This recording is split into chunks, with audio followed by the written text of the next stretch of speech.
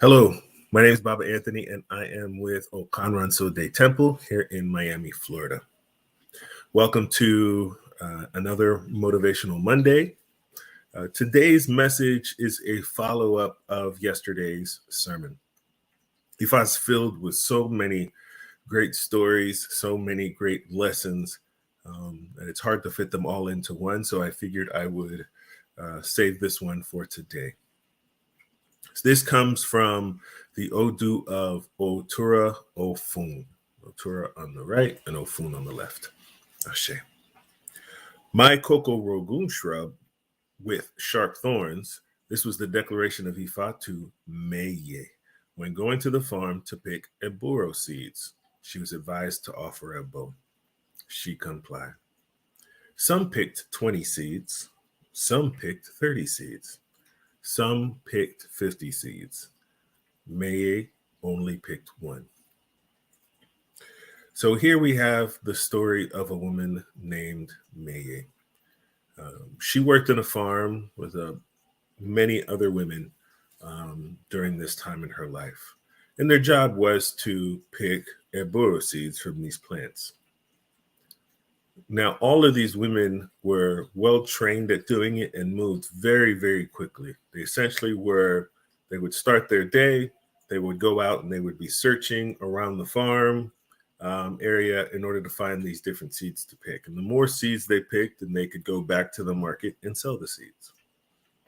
Well, as the poem says in the beginning, some of the women were very successful picking 20 seeds, some pick 30 seeds, some pick even 50 seeds. But however, May, no matter how hard she looked, she was only able to find one seed for the day. Well, this worried her because, she was worried about, what am I going to do? I need to feed my family. I need to bring home money for the home. You see, at this particular time, women worked in the market. They were the sellers. They brought home a lot of the financial resources to the home in order to support the family. And so May was in a position where she was concerned, right? So her day ends with everyone else. And all the other women were looking at her and says, "Oh, you only picked one seed? Look how many I have. I'm going back to the market. I'm going to bring home, a lot of money for my family today." May she was content. She's like, I did what I could. I'm gonna go home and sell my seed and take whatever I can to take home to my family.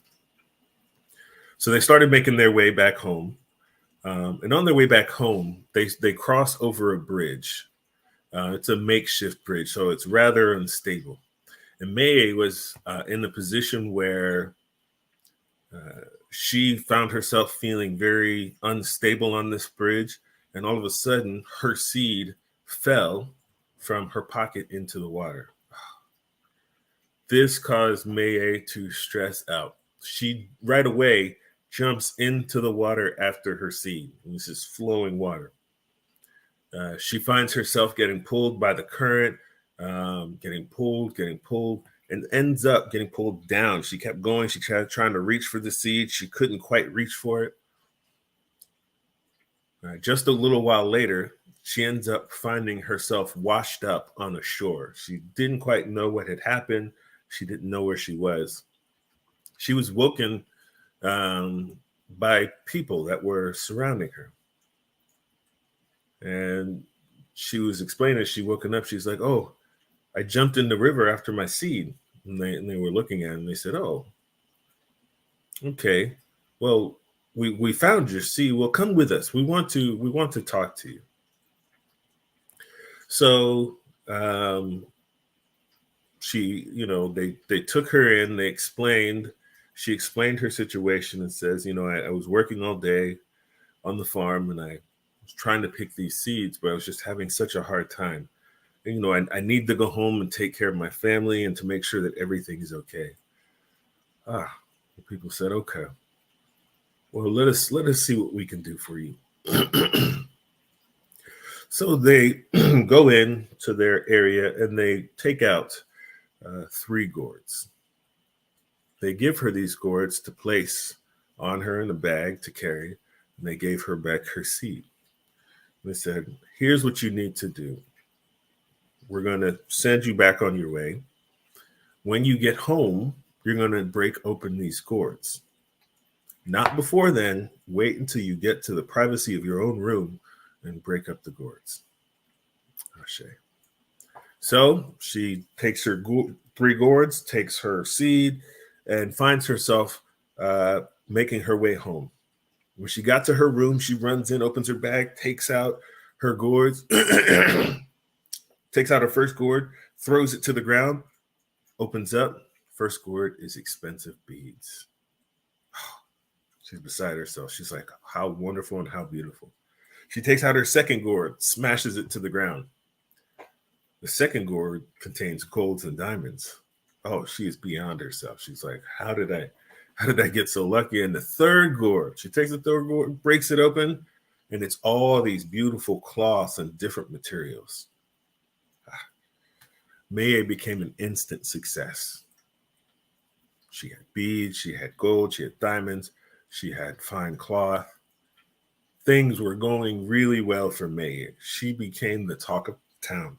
How did she find her success? She was never great at picking seeds. How all of a sudden she has everything she wants and everything she needs financially. So she had a friend who came to her and said, asked her, says, Meye, how did you do this? I know you weren't really that great, if we're being honest. You weren't really great at picking seeds and you had a hard time. So how did you make your luck change? How did you find your way here? How did you get all this stuff? So Meye decided to share with her friend. She says, well, listen, it was just, I had dumb luck, but here, let me give you some of what I have. I have plenty. I can share with you. But her friend says, no, I don't want any of your hand-me-downs. I don't want any of your stuff left over. But I want to know how you got it. I want to have what you have. But I want to have it for myself and for my own family. She says, okay, well, here's the deal. You remember that day that we were picking the Aburo seeds and I was only coming home with 1 seed?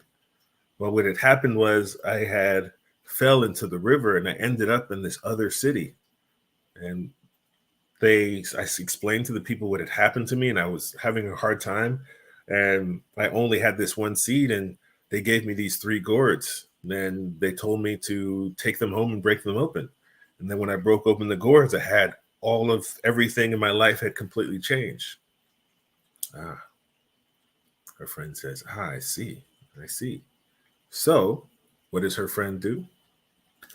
The next time her friend and all the ladies go out to look for the Aburo seeds, she finds herself going and picking seeds that she only picks 1 single seed.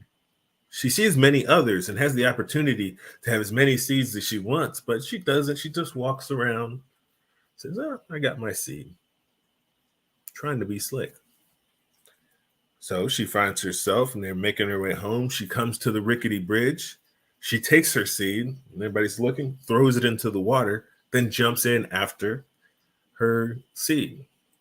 Well, Meye's friend wakes up in the city with the same people. And they ask, what happened to you? How did you end up here? And Meye's friend explained, well, my friend Meye came here and she received all these wonderful things, after picking her Aburo seeds. And I wanted to get the same for myself. I wanted to have riches. I want my life to change. Please help me. Give me what I need. I said, okay. So they go and they find 3 gourds and they bring it to Meye's friend. She takes her gourd, snatches them away, and they're like, hey, do you want your seed? She's like, nah, forget it. I didn't want that. Now, they had already explained to her what to do with the gourd, but she was impatient. As soon as she got to the shore, when she was supposed to make her way home, she takes the first gourd, smashes it to the ground. Well, bees flew out and started to sting her. She ran as fast as she could home. She could not believe what happened. She's like, why did bees come out? She said, it's no big deal. It doesn't matter. She takes the other 2 gourds, throws them down at the same time.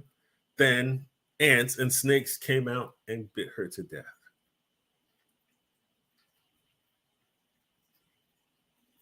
So, again, this is a story of following your own path. We have someone like Mei who was in a place where, she worked hard. She worked hard for her family. She had good character. She was a kind person. She didn't treat others poorly. She even wanted to share her wealth after she got it with her friends. Her life changed. She found herself in a good place. However, Mei's friend was filled with so much envy, with so much want for what Mei had, that she wanted to go after the same thing for herself, except she wanted to cheat the system. There's a saying that goes with this particular story that says, nobody can compare his luck to that of Mei. Nobody can compare his luck to that of Mei. I want us to think about that. And again, this is in relation to following our own path.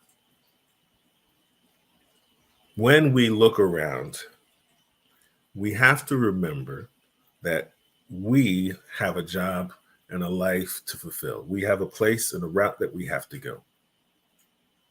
It doesn't matter if our best friend has a new car. It doesn't matter if our best friend has a big house. It doesn't matter if our best friend has whatever they have. We should not live this world with envy and want for what others have. We need to find what is good for us and what will make us happy. If we put all of our expectations for happiness into the monetary aspect of life, like I just want more money, I just want bigger cars, I don't think you're going to find happiness. We watch the news all the time, I'm sure, right? We see on social media stars who have everything in the world. They've got a family, they've got children, they've got an amazing job being creators, something that they work their whole lives to be. And then they get to the point, the pinnacle of their life where they're doing amazing things. And maybe they walk away from it because it was too much. Or maybe the stress that's involved with getting to them to that point, they're just never happy. Or maybe it's so bad that they take their life.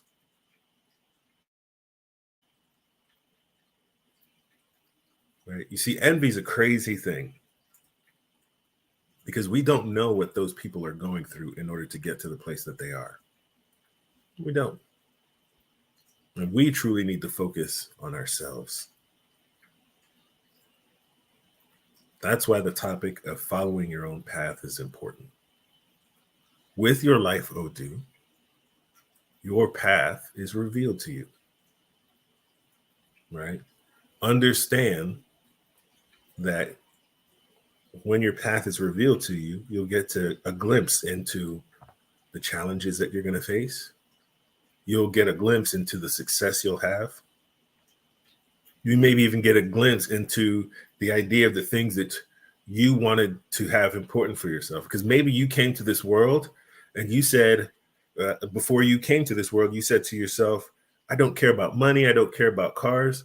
All I want is a family, a group of people that will love me more than life itself, and I can love them the same.